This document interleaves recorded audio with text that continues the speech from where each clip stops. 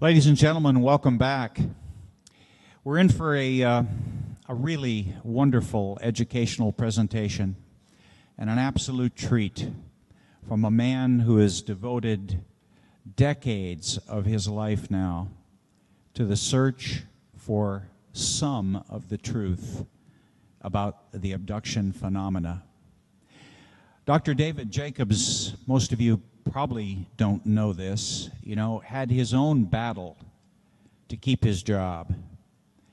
Yeah, it was a years-long battle, actually. In 1998, for his efforts of trying to reach some truth in these subjects, he had to fight for his academic life. Yeah, very similar to what John went through, and just as bad, but just not simply as publicly known. And in spite of all this, David continues to this day. And matter of fact, honestly, right now, he is working harder than ever to dig out new truths about what's happening with the abduction phenomena. There is no question that Dr. David Jacobs is amongst the top 2 or 3 abduction researchers in the world, and it is our honor to welcome him back to the Congress. Ladies and gentlemen, David Jacobs. Thank you, Bob. Thank you. Thank you for all being here, for coming, and I arranged myself here. And here are the arrows, and there's already a slide. And they asked me if they can, when I was going to start the PowerPoint presentation, and I said, you might as well start it now, because then I'll know what I'm talking about. So here it is, and now I know what I'm going to say. The first thing I want to say is, of course, is thank the Browns for inviting me here again, and say how sorry I am for the tragedy that the family has endured recently, and how happy I am also that the convention has continued, and there are an awful lot of people out here, and a lot of people who've had the good sense to stay away too, I notice. But today I want to talk about something that is not talked about a whole lot, and basically it has to do with what do abductees do when they're not being abducted, which is kind of an odd way of putting things. It has to do with people who are aware abductees. Now, I'm not going to be talking about people who are unaware and sort of are maybe floating around a little bit trying to come to terms with what's going on with them and searching for answers and all that. These are people who I have worked with and who pretty much know what has happened to them and certain kind of problems then are presented to them. And the first thing I want to talk about is something that people have sort of gone back and forth about. In fact, I attended an abductee group last night that was presided over by Yvonne Smith, and managed to force my way onto them. And they were talking about the trauma sometimes involved with this phenomenon.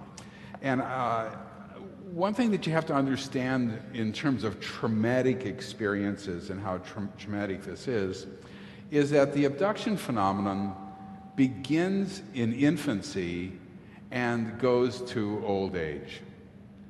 So when somebody comes to me and they say, I was first abducted at the age of 22, I automatically know, well, that's probably the first one that they partially remember as being an actual abduction event, but they probably had a whole bunch before then.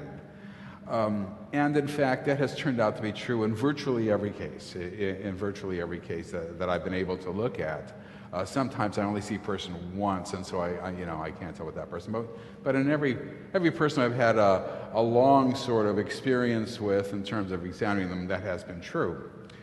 And therefore, the events have happened many, many times. Let's just say a person is 40 years old, and they come to me, or 50 years old or something like that. They come to me for the first time and they say, I think things have been happening to me. I remember something when I was, 12 and then 28, and then something happened to me when I was 42 and so forth. Well, when we begin to look into it, you begin to realize that these events happen with tremendous rapidity and frequency. People are abducted quite a lot of times and they don't know it. They are abducted. The lowest amount of abductions I've ever measured in a person I was working with was something like, I can't remember, it was like 9 or 11 abductions in a year. And that was the lowest number I've ever seen.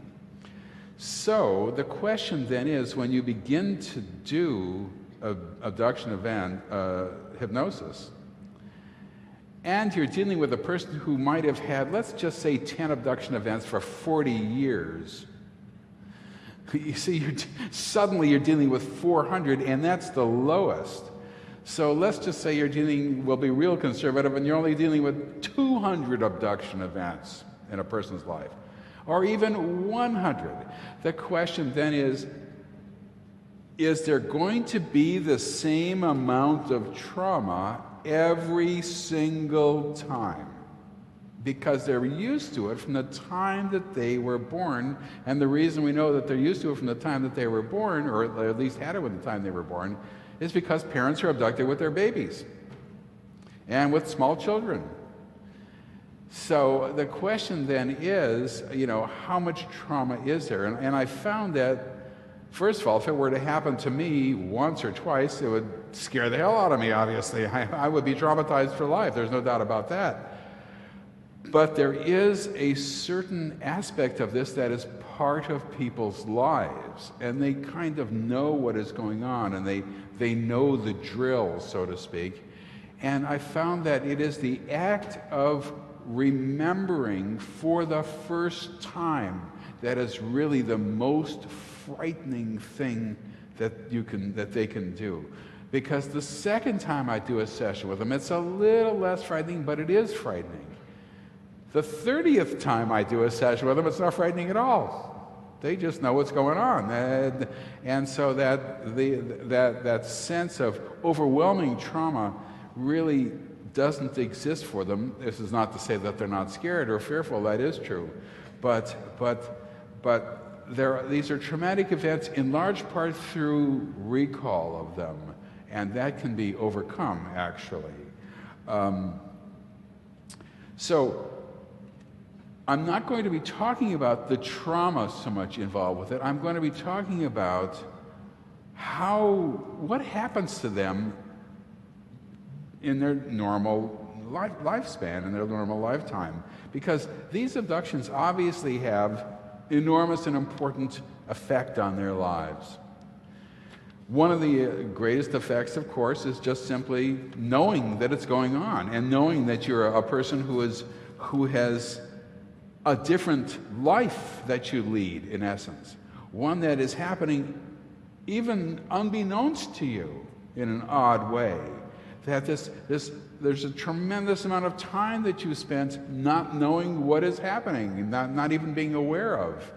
That is a very odd concept to sort of grasp for people. It's something that is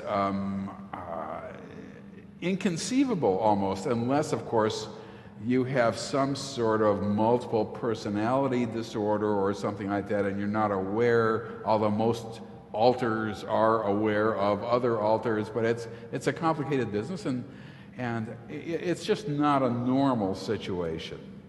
So the first thing that happens to them, of course, is this kind of what John Mack used to call ontological shock. That is to say, the shock of knowledge, and this sort of idea that, oh my God, this is actually happening to me.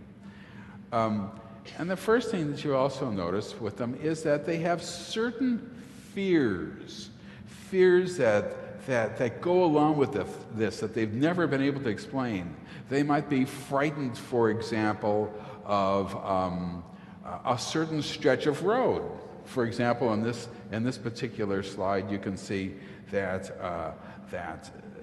a person would be traveling down a road, and suddenly there's an object parked, so to speak, waiting for him or her.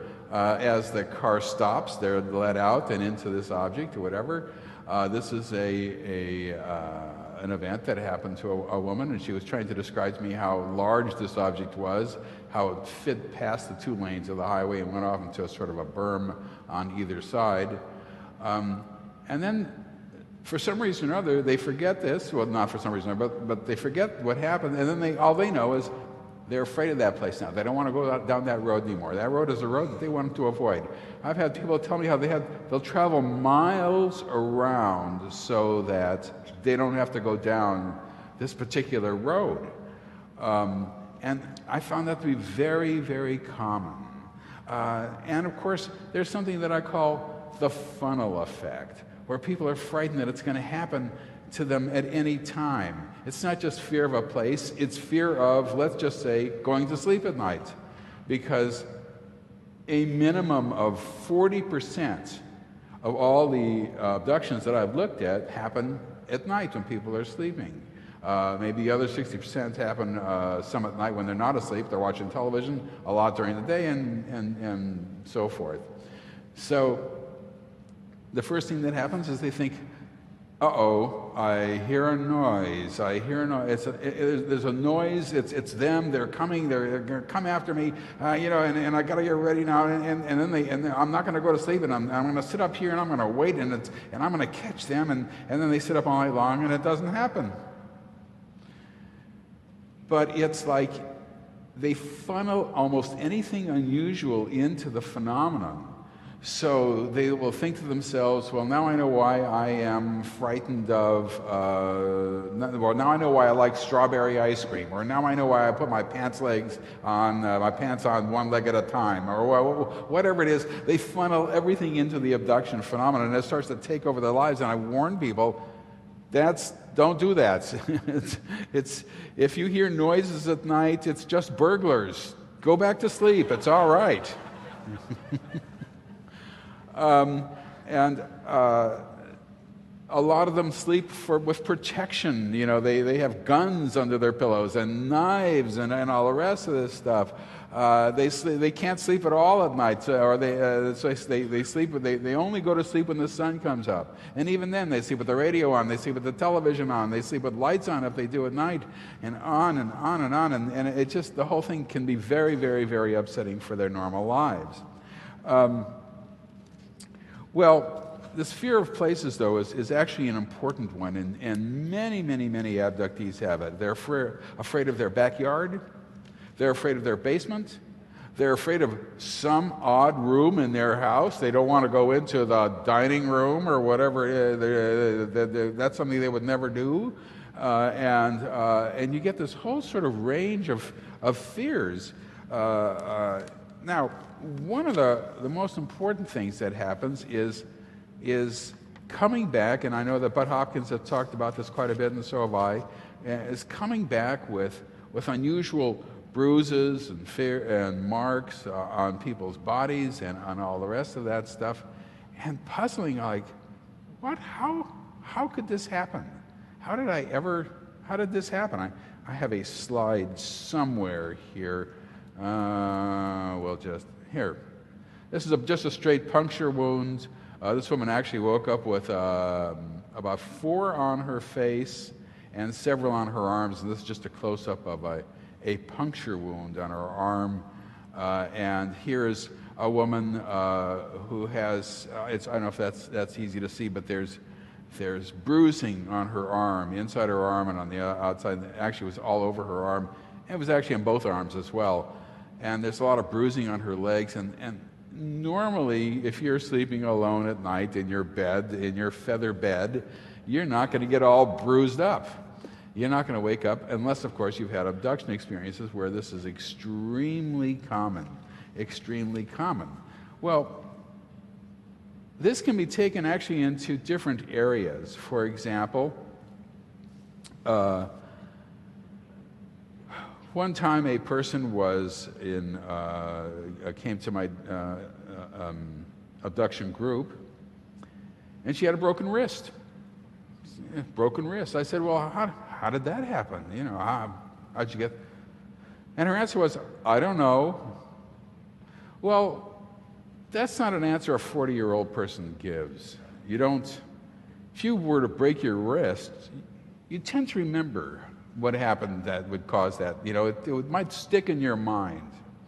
And she said she just sort of woke up with it, and it hurt like hell, and so she had to go to the doctor, and there was a broken bone. And of course, that's not possible, because once again, when you're asleep at night, you don't break your bones normally. I mean, at least it hasn't happened to me in a long time. But so we did a session on that, and one of the things they did with her was these are hybrids now, and I'm going to be talking in large part about hybrids. But that is to say, a mixture of human and alien. And a lot of people have been talking about this recently, and of course it was discovered by Bud Hopkins back in the early 80s, and it's a central feature of the abduction phenomenon.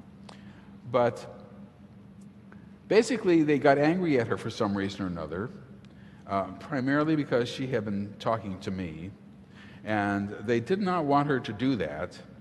And one of the things they do, and I've noticed in terms of trying to keep abductees what they call in compliance, is they have a certain modus operandi. There's a certain way in which they go about physically punishing people because they understand that physical punishment scares people to death.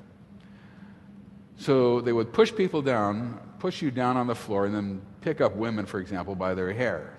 And they do other things as well. Well, they pushed her down. She fell back, and she put her arms out to break her fall, broke her wrist. It wasn't an intentional thing to break her wrist, but she woke up in the morning with a broken wrist. And that's sort of something that you just kind of have to live with. The idea of you've got a broken bone and you don't know how it came about, and it's probably best that they would say to each other, it's probably best not to think about how I got this. That would be the best thing to do. I won't question the fact that I have a broken bone in my body. I'll just get it fixed and that's it. One time I had a person who was with a group of hybrids, and she broke away. Now, that's a long story, and you'll just have to sort of go along with this for a second. But this was years ago. She was in a car, and she managed to open the car door and run. And they were actually in a wooded area, and she fell. It was at night. She fell into a kind of ravine, broke her ankle. So in essence, she woke up the next morning with a broken ankle. Both these were at night. I have another story of a woman who presented herself with broken enamel from her tooth. She had a long split. I have a slide of it here, which I'll show you in a second. And we could not imagine how something like that could have ever happened. This is something that's just so odd, so strange. How do you break your tooth, of all things, during an abduction event? Well, we did a session on it, and it was one of those things where you just wouldn't it was unexpected. She was on board an object. She realized that she had more sort of consciousness than she normally has, and she realized that she had more physical abilities than she normally has, and she realized that this gray guy who was standing in front of her probably deserved a really hard kick in the shins.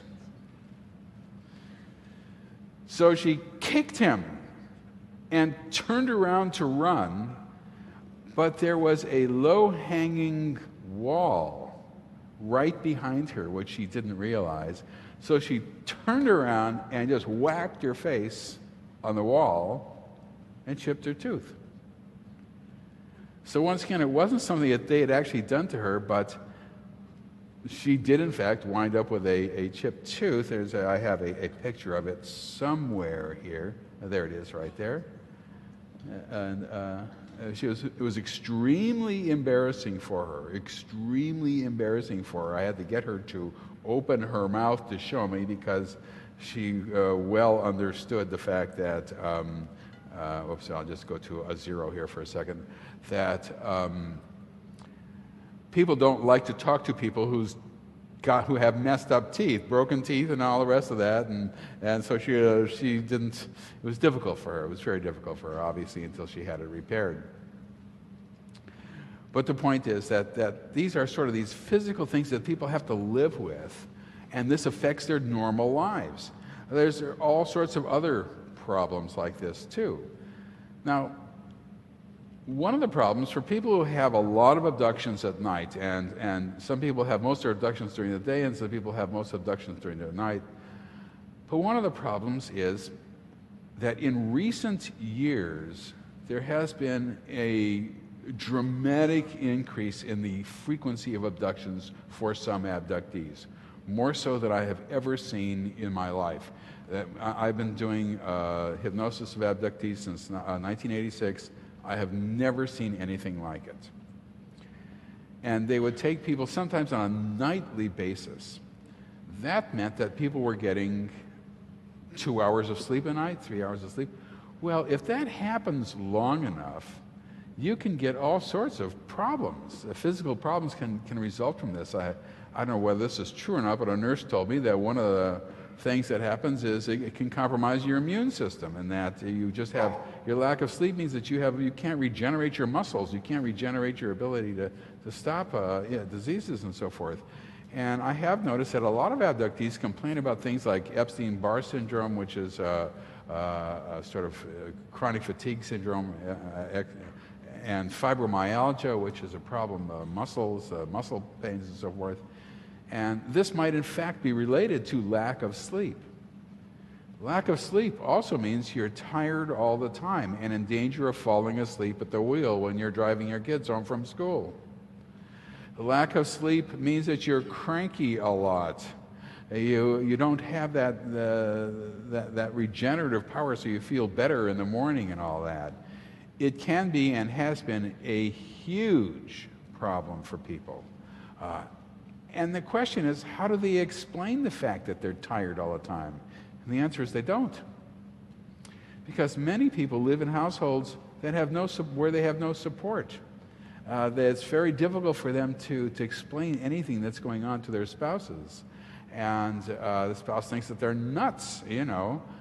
And that leads to another sort of hidden problem of abductees. And the problem is, supposing you and your spouse want to get divorced. You've been married for a while and enough is enough. You've had it. And the spouse knows that you, male or female, you are an abductee. The first thing that spouse is going to do, and this has already happened a number of times, is immediately go to court, say she or he says that they're being abducted by aliens, having sex with aliens, I want the kids. This is a big problem. And the question then becomes, should the spouse ever say anything to the husband or the wife? And oftentimes they elect to say nothing. No, absolutely no. The husband, for example, doesn't have a need to know. And they don't. But then, whatever support the spouse can give is not there. So they can't rely on their husband or their wife to help them with this. All they can rely on is the fact that they're protecting themselves in the future in case anything untoward happens, you know, and protecting the children and so forth. And this can be very, very difficult for people as well. Well, there are other odd things that you never would expect. Missing objects from the house. If there's a lot of abduction activity, oftentimes these beings, our special friends, as I call them, will take things. This one woman was telling me that she had this collection of comic books when she was a kid. And one day they were gone, and she blamed her brother.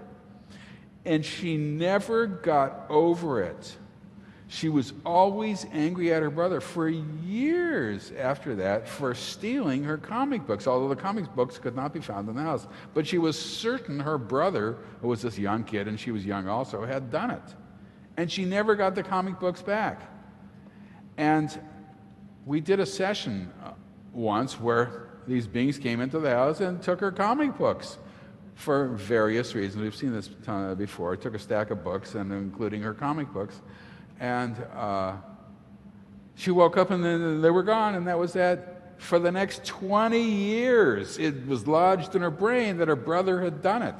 And then she said she's got to go to her brother and apologize now and say, yeah, this wasn't it. But it affected her family life. It doesn't seem like a big deal to us, but for her it was a big deal.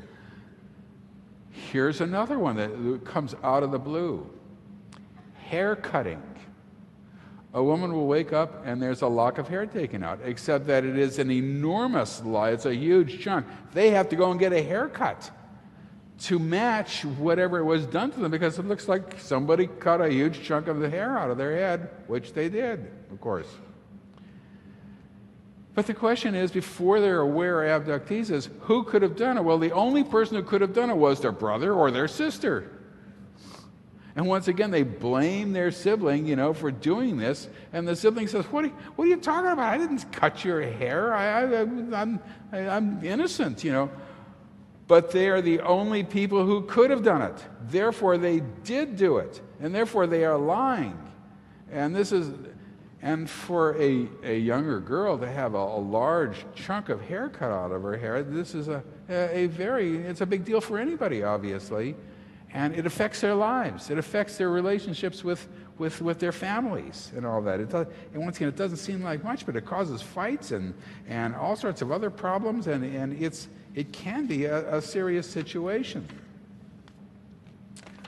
Well, some people will have these experiences, and they just say to themselves, oh, this is just part of normal life. For example, one time I was in the outer office of the history department, and I was talking about the subject, and a student came up to me and said, oh, I didn't know you were interested in this. And I said, well, yeah, I've got a passing interest in it, And she said, I said, why? Have you ever seen a UFO, or anything like that? And she said, oh, yeah, lots of times. I said, well, come on into my office and we'll talk a little bit about it. Now, when a student comes into my office to talk about experiences or things that they've seen, I remain poker-faced throughout the whole thing. There's no way I'm ever going to say, oh, yeah, you're an abductee, you're one of them. I'm not gonna do that, obviously. I just listen and pass no judgment. But she told me the following story. She said when she was 6 years old, for some reason or another, she woke up in the middle of the night, she looked out, and she ran to the window and looked out the window. And out the window, and I'll give you an example of what this looks like, although this is not what happened, what she in fact saw as I go by these things here. Out the window, she could see people coming out of an object, and they were small and they were gray, although this is not it, but it's something like that. And just as she was looking at this, her mother came running into the room, burst into the room saying, hide, they're going to get us, hide. And that's the last thing she remembers. So I said to her, well, how do you reconcile this? I mean, what do you think this was? And she said, well, my mother explained to me at the time that this is just normal life. Everybody has these kinds of experiences. This is what goes on. This is what's part of being human. So she doesn't really think about it much because this is just what everybody has these things, I said, okay. I'm not going to say no, that doesn't happen to everybody, and I just, because I'm poker-faced. But she was able to incorporate this into her life and live with it as a normal kind of situation. And oftentimes there'll be a situation where people will see things in their house. And here's this being standing in the living room, and they'll in some way be able to reconcile this as just sort of another realm. There's like some other kind of alternative reality that sometimes intrudes on them but doesn't bother them. Here's another one in a bedroom situation where this woman is lying in bed. She drew this herself, of course, where these things happen, and all I remember is these little snippets, but it's okay. They're able to sort of get along with it. And yet, at the same time, they know that something is wrong, and they have this nagging feeling all the time, constantly, that something is off, something is different. When they then come to me and begin to examine these experiences, they realize that these things shouldn't be happening, that this is not sort of normal life and all that. Once they begin to realize what's going on, one of the things that happens is, of course, is that they become very frightened of other people finding out. Nobody should ever know this. This will make me look bad. I support this conclusion. I tell them, you have to be discreet. The main problem is the workplace.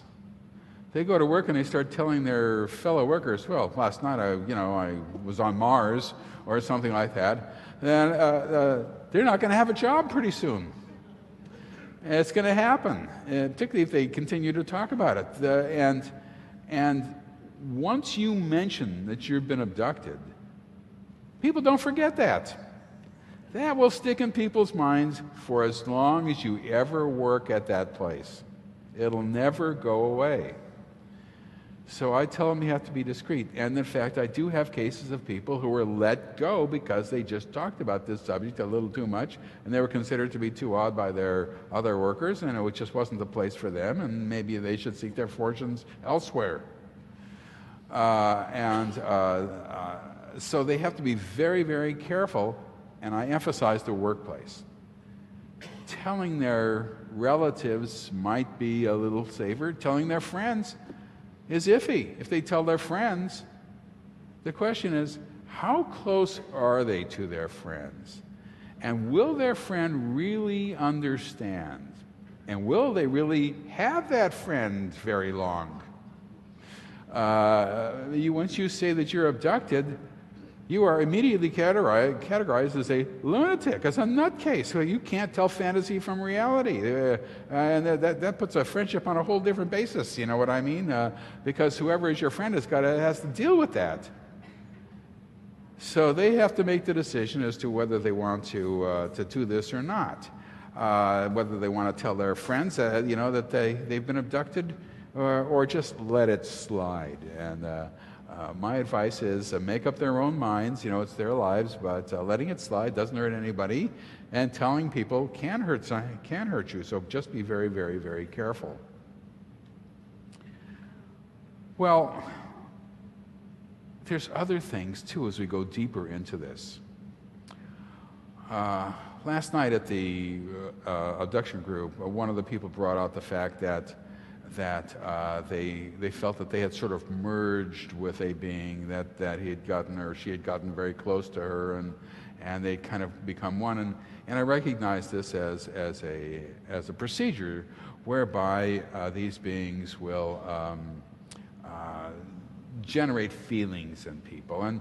And one of the things that you realize in dealing with this subject is that these beings, the gray beings who we know and love, and also the hybrids, can in fact control us. If they can't control us, they couldn't control us, there wouldn't be an abduction phenomenon. People would just run. As soon as they saw them coming into the room, they'd get out the .38 and blow their heads off. I mean, there wouldn't be an abduction phenomenon. There would be something else, but it wouldn't be. So they are controlled, and this takes place in secret. So they know something is going on, and oftentimes positive feelings are generated by hybrids as well. Positive for them. And they know that they know somebody up there who they really like a lot. Love. They love this person. I was giving a talk in, near Washington, D.C. once many years ago, and I was at a hotel, and there was a woman who, a young woman, who's 21 years old, who was waiting for me in the lobby afterwards, and she told me that she had a sort of dream lover. I said, well, that's interesting, and she'd also had all these UFO sightings and these other weird experiences and so forth, but this dream lover was really bothering her. It was something that she liked a lot, but she didn't want to deal with. And the problem is that the dream lover had gotten to the point where she was doing nothing but waiting for him to come. And she had no social life anymore. She had broken off from everybody. She didn't go out with anybody, and all she did was wait for this guy to come and visit her who she loved. And the problem is that she knew something was wrong. This is not right. She wanted to go out. She wanted to have other friends and boyfriends or whatever it was, but it was her dream lover. It was all she was interested in, and that was it. And it was destroying her life. Everything was being funneled into this. She couldn't get it out of her mind. So she came up to Philadelphia, where I live, and we did a couple of sessions about this. And sure enough, it was this hybrid guy who she loved beyond imagination. And he would come and visit her, and we did a couple of different times when he would come. And they got along very well, if you know what I mean. And then he would leave, and she was sad, and etc. And there was another problem. And the other problem was that she was African American, and the hybrid was not. And this put up conflicts in her own mind of all sorts of things that she'd been brought up to sort of agree with, and she always assumed that she would marry another African American guy and so forth. And this was very conflicting to her. And yet she loved him. And I had to explain to her, look you're entitled to your own life. You're entitled to get married. You're entitled to have kids. This is you're a human being. This is what you want to strive for. You're entitled to lead a normal life, because what's happening here is not your call. This is not your decision. This is not your choice. This is something that they are doing to you for their particular purposes, whether you love it or not. You still can't say no. And I don't know what happened. Coming up was very difficult for her, so she didn't. We didn't do many sessions. But the fact was that this very sort of nice situation on one level was in the process of really kind of truncating her ability to have a normal social life and go out with her friends and meet guys and all the rest of that stuff, And it's odd. You wouldn't normally think that something like that would happen. As we just here's another slide where this is a situation here where it's the same kind of thing. A kid is abducted, and he's abducted from this area, and this is sort of a schematic drawing of how he did it. He saw a UFO. Where's my cursor here? Here, and then he went to here, and then he and his friends hid over here, and then they were made to stand up, he and his two friends, and then he was lifted up into the sky, and his friend was here. And I might have shown this slide before. The point is that this is a situation where the question is then, how do you deal with your friend the next time you see him? And the friend says, well, where were you? You were there one time, and then suddenly you were missing, and then we looked all over for you. This is extremely common, and we never found you again. Well, where were you? We didn't even see you go. And your answer is, there is no answer. The person thought they were there the whole time. They were playing.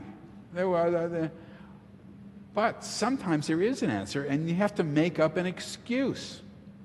Oh, well, I had to I had to go over a little ridge, and then I saw a friend of mine who said that my mother was looking for me, so I just went home. That would be an excuse that is not true. But it seems like the right thing to say, so you don't have to confront the idea that you were missing and people noticed it and looked for you. If this happens enough, you've got to start making up a lot of excuses. It becomes bothersome. There are other sort of, as we go more and deeper into the hidden world of abductees, you have situations whereby sometimes kids are abducted from school and they don't know where they were, and they come back. I have this one woman who lives in Scotland who was abducted during recess and then brought back maybe 45 minutes later, but school had already begun 15 minutes beforehand. The classes had begun, and she found herself in the hallway without a hall pass, in other words, without permission, and was immediately accosted by a teacher because she was out of class. She had no idea where she was or why she was out of class, and couldn't explain it to the teacher, who used corporal punishment on her, beating her about the legs, as I remember, as her punishment. Well, this can sour you on school a little bit, you know. I mean, you think, wait a minute, I wasn't doing anything wrong. I thought everything was okay and all that. So this can be particularly difficult. Well, in these later years now, with lots and lots of abductions happening, you get unique problems that I've never heard before. For example, one problem that I've had is a person is abducted after she gets up in the morning. Kids leave for school, husband leaves for work, she's alone, and that's when she's abducted. The problem is that she has a couple of kids who have difficulties at school. And one is a special needs child. And she uses her cell phone as the alarm to wake her up in the morning, and she depends on her cell phone for everything. Oftentimes things will happen at school, and they call her, and there's no answer. She has missed as many as 6 or 7 phone calls frantically from school about the kid being sick, come and pick up the kid acting up, come and pick up the kid, she needs to come in and deal with the kid right now, and they can't get a hold of her. And this makes her so angry. She's always angry at this, because it's getting in the way of her ability to care for her children. And these are emergency situations where the school is calling her, and she misses everyone. That she can tell by her cell phone that they called at 10, they called at 11, they called at 11:15, they called at 11:20, they called, that sort of stuff. And she has no idea where she was. Now she knows, of course, she's somewhere else. But the fact is that she's angry now because this can be a difficult situation. Obviously, these are her children, and she's filled with guilt that she can't be there. So she has to make up excuses to the school. Well, I was busy, or I was sick, I was this, or I must have been in the bathroom and I didn't hear, anything. And eventually, she said, you run out of excuses. As they told her, she's one of the most difficult people they've ever dealt with in trying to get a hold of in the morning. No parents are like that. If they know the parents are at work, they call the parent at work. If they know the parents are at home, they call the parents at home. And if you have a cell phone, the cell phone is with you at all times, and they call her on her cell, and she never answers.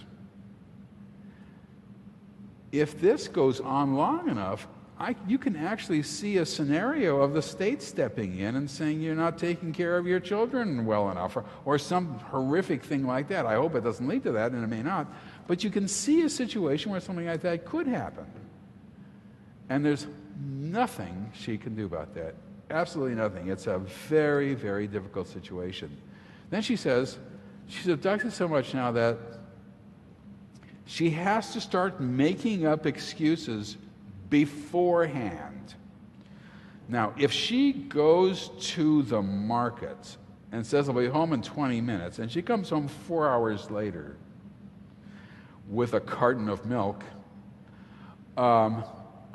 she's going to have to tell her family why she's missing, because she's an aware abductee. So she has to make up an excuse first. I'll tell them this if I come back 4 hours later. So she spends a large part of her time thinking about how she can justify missing time sequences that she knows are going to happen to her, which is it's such an odd thing to think of. You don't normally. This is not. You're not going to be doing this a whole lot in a normal life. You know what I mean? This is not something that's going to take over your non-abductee life. You don't have to think about something like that ever. And of course, she thinks about the fact that, as all people do, that she's abducted. Her children are abducted. She can't prevent her children from being abducted. She lives in guilt for that. And of course, kids, when they're abducted, and I've dealt with a lot of people who had childhood abductions, obviously, and oftentimes they feel angry that their mother or their father or both parents can't protect them from being abducted as well.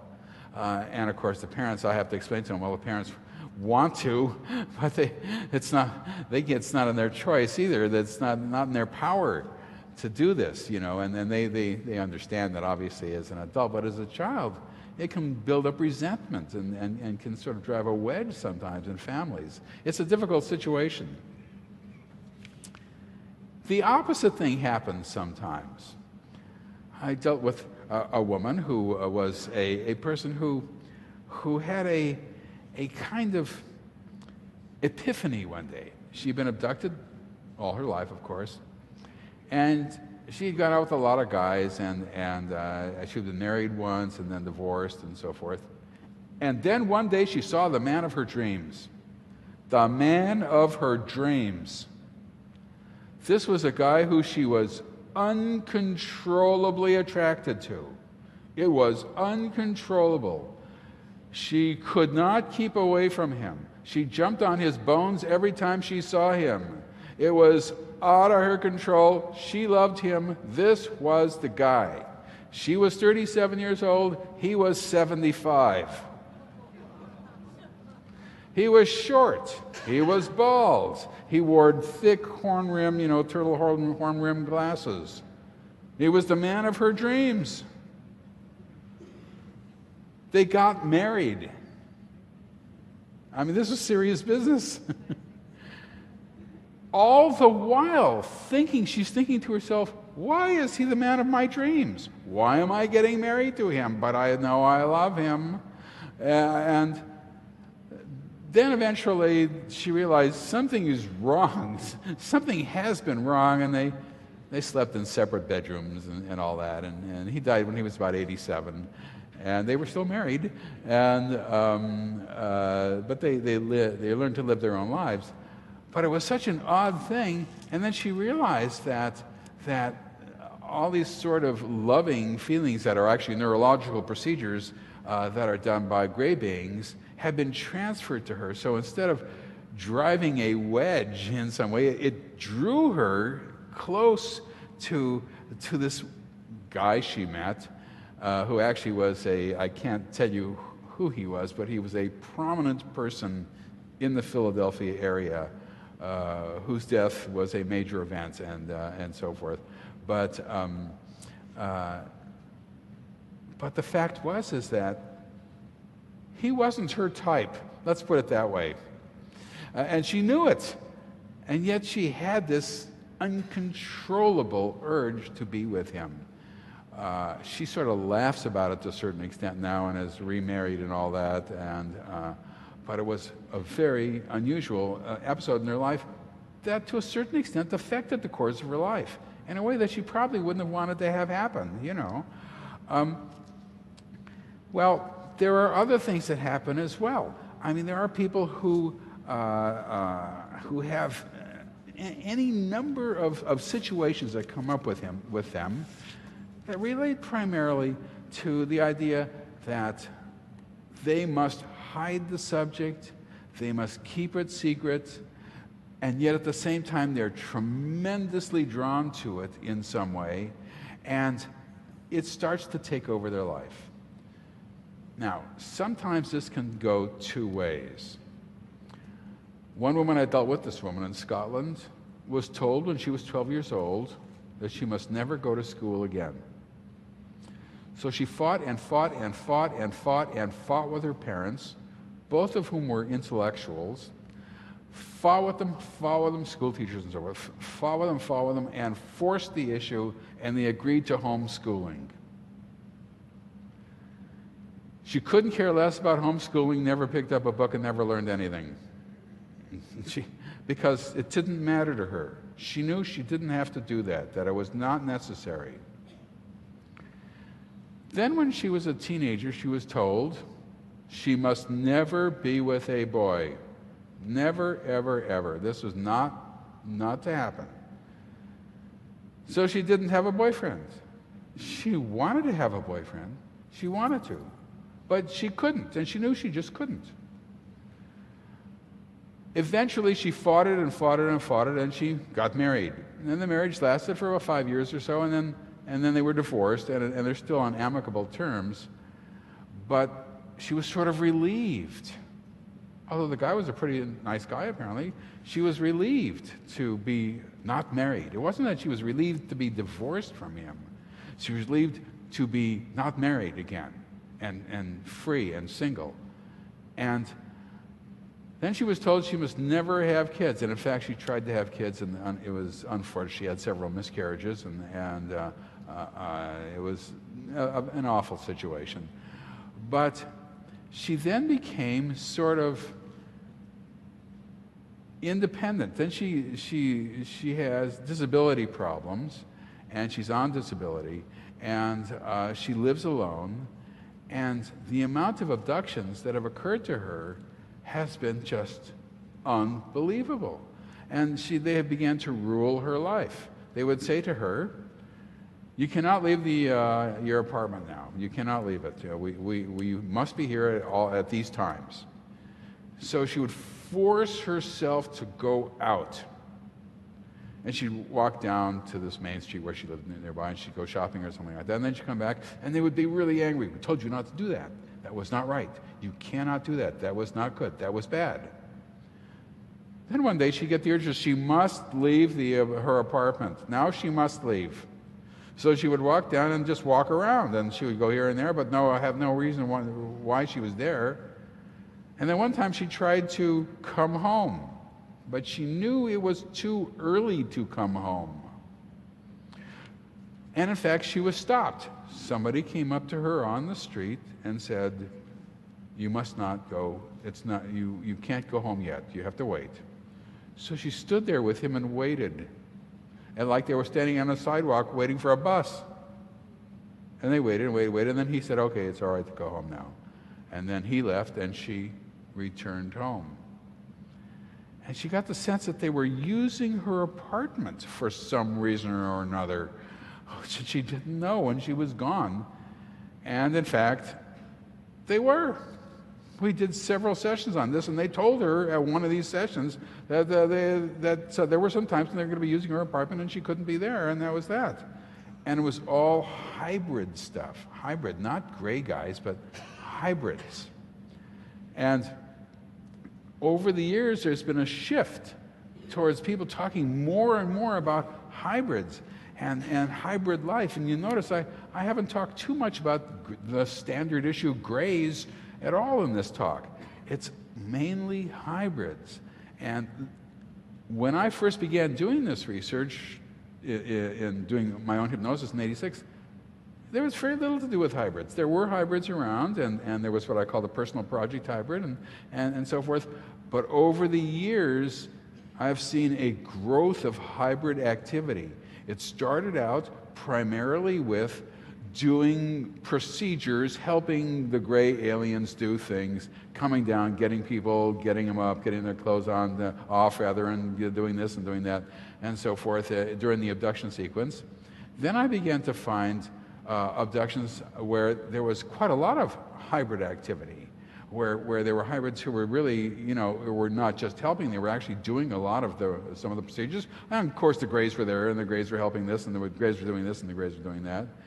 Then people began to tell me, and this was already 10 years ago, that there were whole abduction sequences with nothing but hybrids, conducted by nothing but hybrids. That's all there were, was just hybrids doing everything, and there weren't any Greys around at all.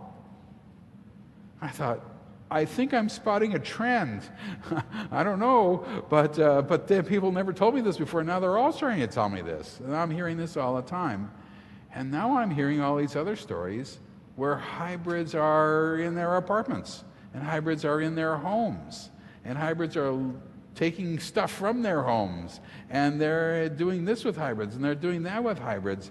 And I'm thinking to myself, I've never heard this kind of stuff before. I mean, I've heard variations of it, all related to abduction activity, but this isn't related to normal abduction activity, where they take a person out of their house or their domicile or whatever it is and take them on board a UFO. That is not what this is.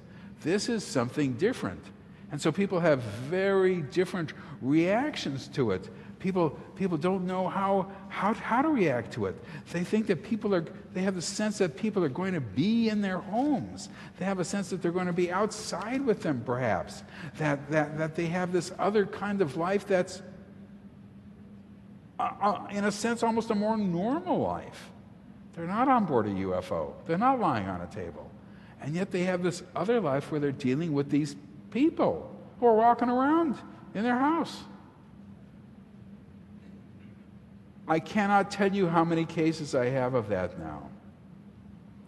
It is extremely common. It is new. I've never heard things like this before. I'm not going to go into it because it's this is a 30-hour talk, but I had never heard things like this before. But what it does is it's coupled with regular abductions. They also still go on board, and there are still Greys there, and they're still on the table, and they're still holding babies and this and that and all the rest of that stuff, and that's happening as well. So what you're looking here is a net increase in the amount of frequency of abduction events, if you then include as an abduction any kind of contact, and therefore being in control of any hybrid or alien of any sort anywhere. And that would be a much better way to look at abductions. It doesn't have to be an actual abduction on board an object. It can simply be in the control of a hybrid. That's good enough. That's an abduction event, and you may not ever leave your house. Something like that I never considered to be possible when I first started doing this research. It was not within my purview. It made no sense to me. It wasn't something that I would even listen to. It sounded crazy. Now I'm forced to deal with it, and I'm forced to deal with the impact that it has on these people's lives. Something that is just so extraordinary, so unusual. It's hard to imagine. And yet it is happening. It is something that must be imagined. It is something that rules people's lives. It's something that they can't get around, that they can't get over. And it even goes further than that. As we go deeper and deeper into this, it is the fact that when they start to talk about this subject, there is a much greater increase in the problem of secrecy. Talking about hybrids walking around in their house or outside or wherever it is has suddenly become an enormously big deal. They are therefore not in compliance. because compliance means not talking about this now. In the old days, a couple of years ago, people would say, I'm remembering everything, I'm telling it to Dave Jacobs. And they'd say, well, that's not good. That's bad. Don't do that. He's not a good person. Don't tell him anything. You're endangering future generations. Now get on the table. Now they say, you are not to do that under any circumstances. You are not in compliance. This is not allowed. We will punish you if you do this. This is bad. You must not tell this to anyone, ever. If you continue to do this, we will take measures against you. Now you have this whole world of measures against them for disclosing, for not being in compliance, for acting, as they say, for betraying them. This is betrayal. Well, you push them to the ground, to the floor, you pick them up by their hair. Okay, that we know. You kick them on their legs so that they get bruising on their legs. I've seen that quite a bit when they're on the floor. You twist their arms, causing bruising to their arms. You do things that aren't really going to cause any permanent damage to them, but scare them to death. If they continue to disclose, talk with me, for instance, or other researchers, well, other measures can be taken. You can threaten them with death. Why not? Get to threaten them, you might as well go all the way. We'll kill you.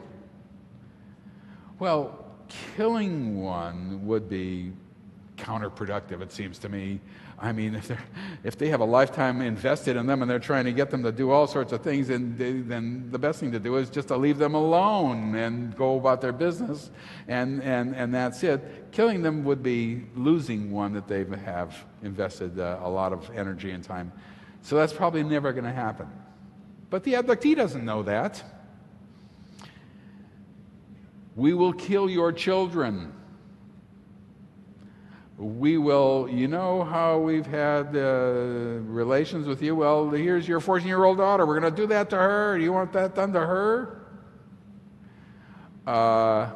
These oftentimes work. These are direct threats of violence and sexual assault on people.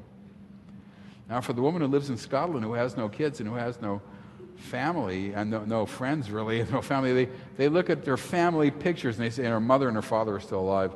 Well, we will kill your mother and your father. We'll kill you, then we'll kill your mother and your father. And of course, there's threats on the person she's disclosing to, known as me. We will kill him. He will die. And she'll see images of me floating face down in a pool of water. And I realized, what kind of image is that? And the answer is, they don't know what I look like. She lives in Scotland. I've never met her. So I'm floating face down in a pool of water, dead, and it'll be her fault. She caused it. She is the one who's the guilty one, because she was not in compliance. I've had several people talk to me about these threats on me, and how guilty they feel talking to me now, because they know that they might bring some sort of threat on me. And I must say, I tend to take these things seriously sometimes myself. It has been a little bit of a wild ride that I've been on for both me and for my wife, something that we never really expected. But then just talking to me brings up guilt in them. Guilt. Should they be saying this to me? Should they be disclosing this to me? They're putting me in danger, and I have to assure them, oh, that's ridiculous. You're not putting me in danger. Boy, that's nonsense. And the answer is, I don't know. Maybe they are. I can't guarantee that for myself. But I can't let them feel guilty, obviously, for anything like that. So they have this whole range, this world that they live in. it's not just that you're an abductee. It's that there's this world of events that's happening that are extremely important, that have to do with you and your family, and missing time sequences, and missing calls from school, and falling in love with people who you don't want to fall in love with, and having dream lovers, and this is the world of abductees. It's not like you just happen to be in the wrong place at the wrong time. There's a whole different sort of worldview involved with it. So people who are aware abductees, who know what's happening to them, and that's really the critical thing, who know what's happening to them, are also uncovering this world that they have to live in. And the question then is, of course, the ethical question is, am I doing the right thing by doing this or not? I mean, maybe ignorance is bliss. Maybe they shouldn't know anything about this. Maybe they'd be better off just leading their normal lives and not wondering why they're never around to answer the phone and not knowing. That's something that's my own moral dilemma, and I sort of leave it up to them. We can stop anytime you want, and maybe it is better not to know this, and they want to go forward, and that's okay with me. But it is a little bit of a moral problem.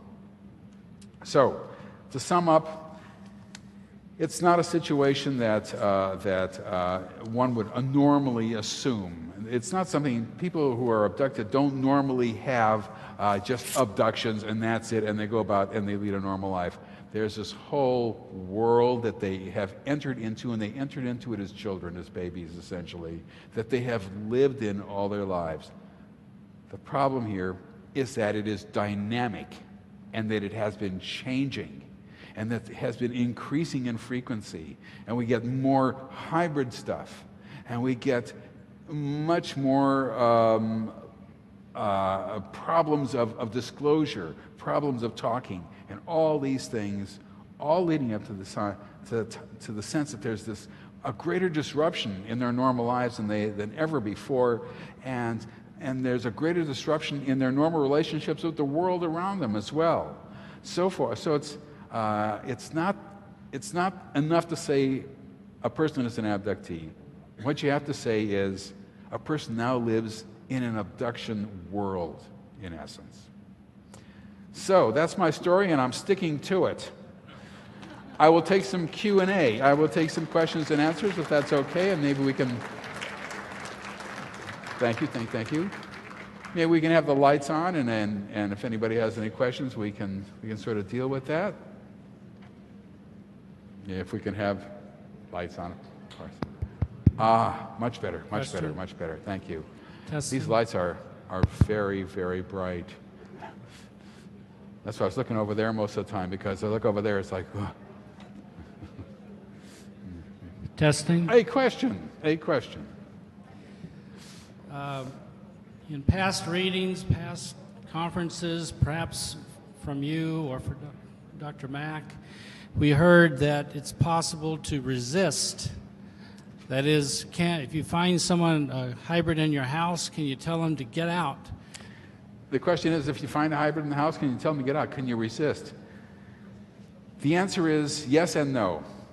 Resistance does not... When people resist, you're dealing with a certain kind of behavior that is, I think, genetic as opposed to willful. Most people don't resist anything ever at any time and just go along with whatever it is. And they can't. They want to, but they can't. And they even occur to them, Some of the people I've dealt with are natural-born resistors. And they'll say, and they'll say, get up on a table. And they'll say, no, I'm not going to get up on a table. And then they'll have to be forced to get up on the table. Or else they'll have to be calmed down neurologically, and then they get up on the table. But the answer is that they cannot say, go away. And in fact, when there is one of these hybrid types in the area, in the room with them, who is having his way with her or whatever it is, they can't say no, except every once in a while I will get somebody who can say no. It's extremely unusual, and it causes major disturbance for them, and it is almost not worth it. and they lapse out of compliance, and it is bad, and it is horrible, and they can be punished severely for it. And but it's unusual. It is unusual. It is not something that occurs routinely. It's something that's always amazing for me to hear. I want to commend you for using the word abductee, and I want to make a plea to the UFO community. Please dump this expression, experiencer. I'm writing a book called Freedom from Religious Guilt, and it urges people to go from being believers to experiencers, and they are going to think of nothing but rectal probes and sperm extraction. Please go back to abductee. If it's done against your will, the newscaster will say, we're trying to minimize collateral damage. And that's such a nice, soft sounding term. And it means we're killing innocent men, women, and children in Iraq. And yet collateral damage sounds so soft. Experiencer sounds so soft. In my bathroom is toilet paper. It's not bathroom tissue. So please, I plead with you to get back to abductee, and I commend you once again. Well, thank you. Believe me, it's not something that I think a lot about. I just I grew up with the word, and I never quite got used to experiencer, and the whole concept of using that word as an experiencer has a long and jaded history, and it was actually formulated as an attack, essentially, on people who felt that the phenomenon was not in the best interests of people. Let's put it that way. And when you change it from abductee to experiencer, well, anybody can experience sort of anything. I mean, if you do go on a river raft, well, that's an experience. But I never liked the word abductee. There's something harsh about it. There's something I don't like it. And in fact, in the mid '80s, I was at a conference where a group of people who were abductees and other researchers got together and tried to figure out what. This is before the word experiencer came up. Try to figure out what other word can we use other than abductee, because you can't just define a person by the fact that they're taken up. You know, that their whole definition of this person is an abductee. It's not right. And but nobody could come up with another word. That was the problem. So when experiencer came along, it was another word, but it was so different than what abductees had been experiencing, so to speak, that it immediately caused a sort of conflict within the UFO research community as to which word to use. So I think perhaps the best thing to do is to say abduction experiencer.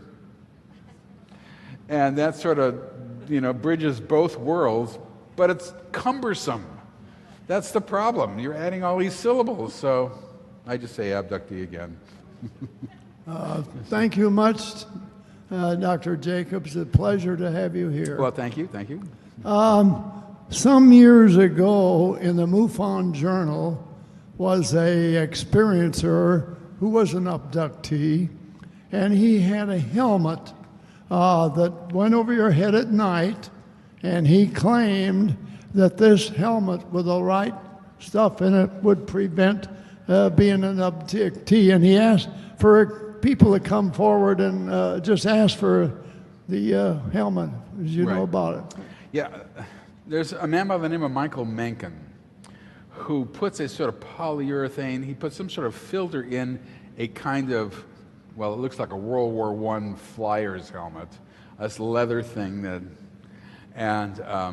and he says that people who've had abduction experiences will wear it, and then it seems to stop the abduction experiences. And he's got a lot of people saying this, and the answer is I don't know whether it stops the experiences or not, but I have actually encouraged him, because I think he's on the right track.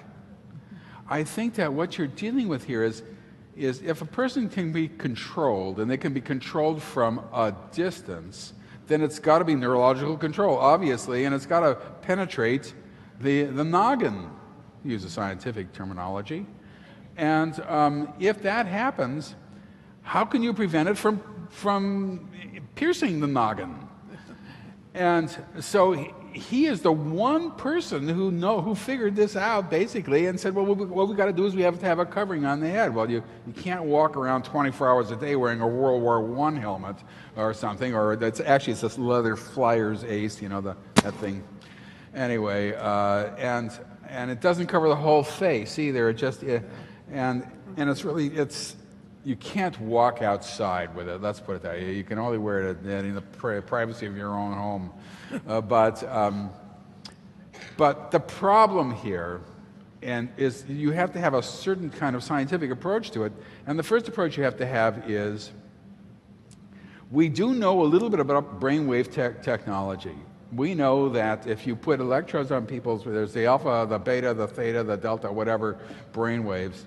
The question then is, if there's any neurologists out there in this audience, you please answer this question for me.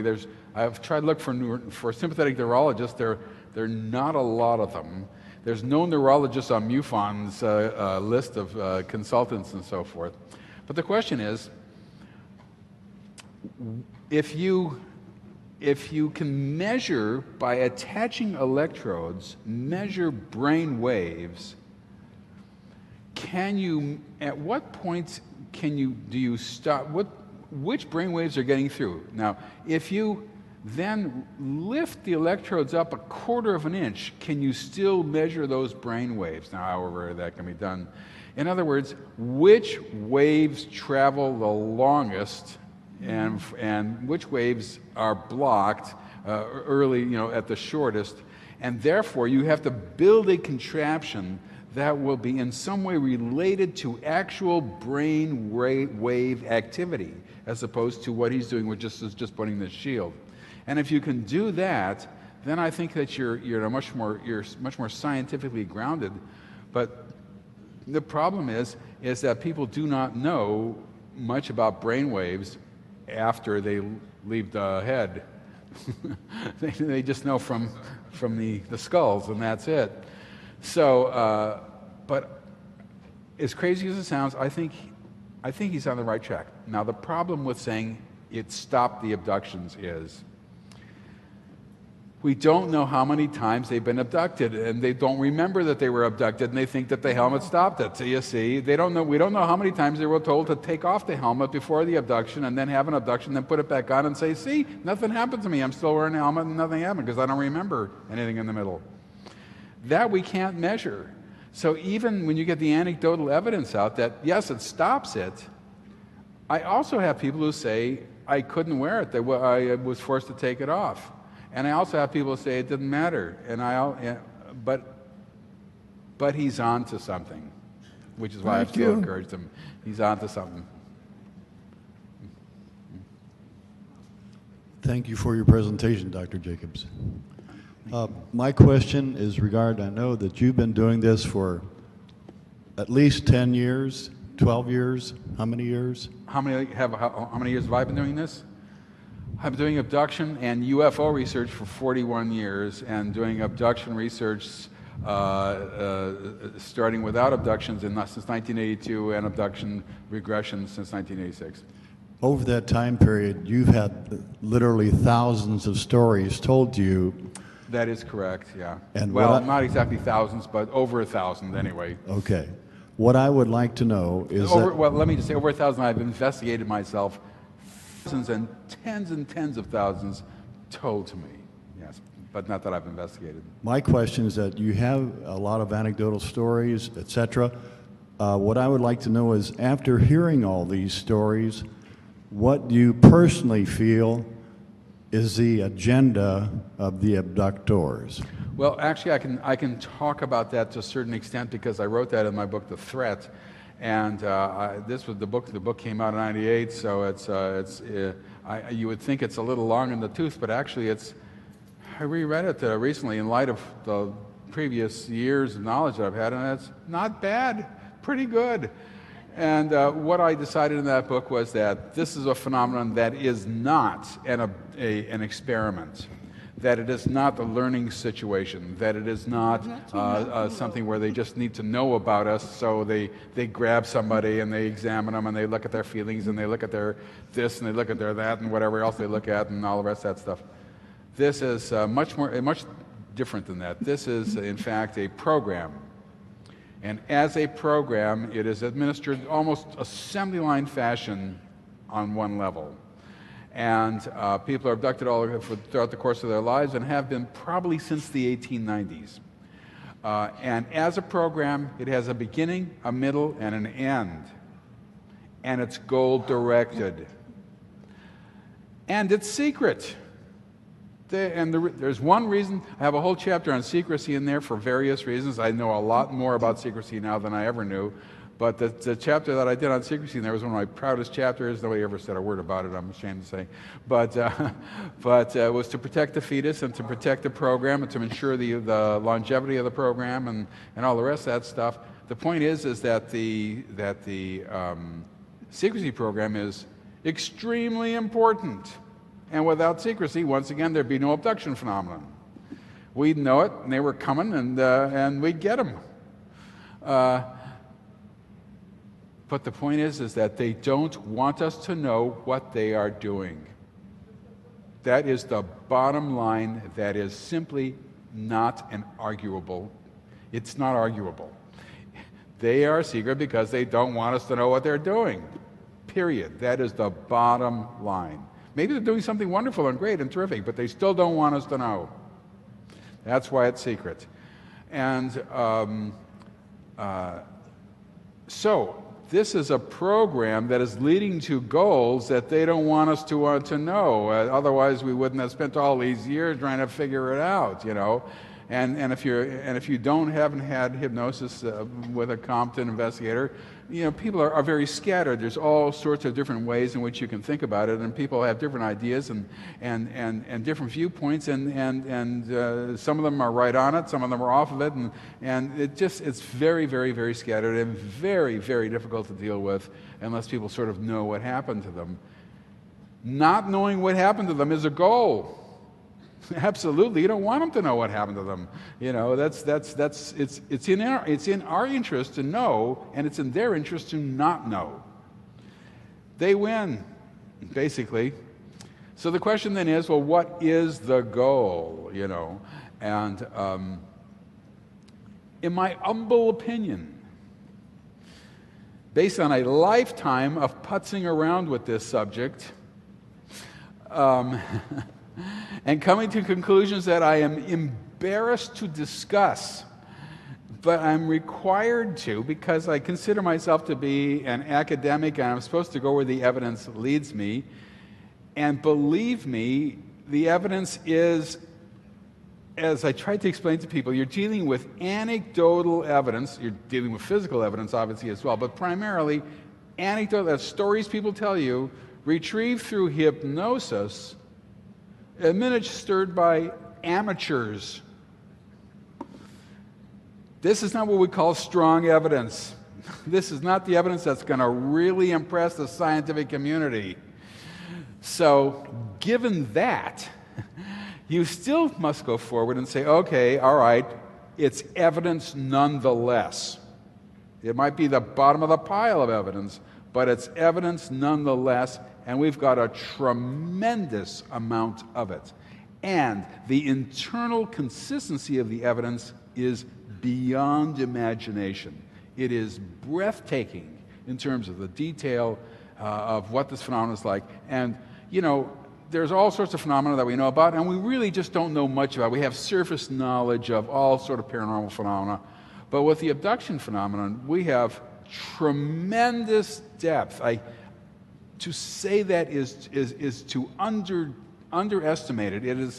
I'm underemphasizing it. To say it's tremendous, it is literally mind-boggling how much we know about this subject that is completely consistent with what everybody has been saying for years and years and years and years and years, and goes on and winds its way to an inexorable conclusion that I hope I will get to myself. And so I do think that this is, in fact, a building, a creating of these hybrids to look more and more human and to integrate into the society.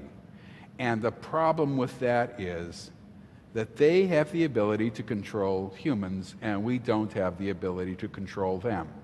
This is not the kind of situation I would like to see. I would like to see us have the ability to control them and them not have the ability to control us. See, that would be my ideal world. But that I can't make that happen, unfortunately. And that's what people tell me over and over and over again, as late as Wednesday night. And so I can't do that. So that means that if this were to happen as people have been telling me, and as the evidence, in my opinion, has sort of gone to, it means that we will become essentially second-class citizens, in a sense. You know, there will be people who have these abilities to tell us to go over to Starbucks and buy them a cup of coffee, and we won't be able to say no, you know, or whatever they want to have us do. And so I look to the future and I think, gosh, this is not the future that I envisioned when I first started looking at this subject. I was filled with enthusiasm. I loved it. It was wonderful. It was great. And this might be contact between two species. And we learn how to cure disease and stop war. And there'd been exchange of information, and they could learn about us. And it didn't play out that way. I wanted it to. I was looking forward to it playing out that way. This would be wonderful. Just like, you know, I mean, just like sort of in science fiction. And then I realized there is no such thing as contact. There's a popular culture concept. It's not a real concept. There's no evidence for the concept of contact. It's not working out that way. And so I look forward, and I look forward with a little bit of unease, I must say, just a tad of a smidgen of unease. But my job is not to talk about that so much. My job is to unravel what is happening, how it is happening, and how they're doing it. And that'll be the subject of my next book, which will be, how are they doing this? What is the bureaucracy involved with doing this, if you can imagine that? What are the functions of various people in doing this? What are the functions of various hybrids in doing this? How exactly do you integrate in this society and you don't have a social security card, for example? Well, I guess that's not a big problem for a lot of people in this society these days. Just have one made for you, you know. But there's all sorts of other problems about doing that. Oh, 2 minutes remaining, sorry. And so that's what my conclusion is, that this is ultimately an integration program on some level, much as I am embarrassed to say that. Yes, I'm sorry to keep you standing there this whole time. I bought your first UFO book back in the 70s. I still have it, and I've shared it. And then in the library, I read Secret Life and The Threat, and I want to thank you for all three of them. And then Virgil's staff had a review in the MUFON Journal of the Book of the Allies. So I ordered those and read those, and I found you were so much in accord. And they told me you didn't want to read it because I read channels, and I wondered if you ever did. The question is about the Marshall Vian Summers and the Allies of Humanity. I see I only have one minute left. This is what's called revealed knowledge. This is channeled knowledge, as he readily admits. And we found that with channeled knowledge, it's sort of all over the place. It's just everywhere. And when you get everything all over the place, every once in a while you're going to get a hit. It's the law of averages, you know. And so what happened is he got a hit. And he is sort of similar to mine, but I would be exceptionally careful with any kind of revealed knowledge. Thank you. I'm getting the wrap it up sign. Thank you very much. I appreciate it.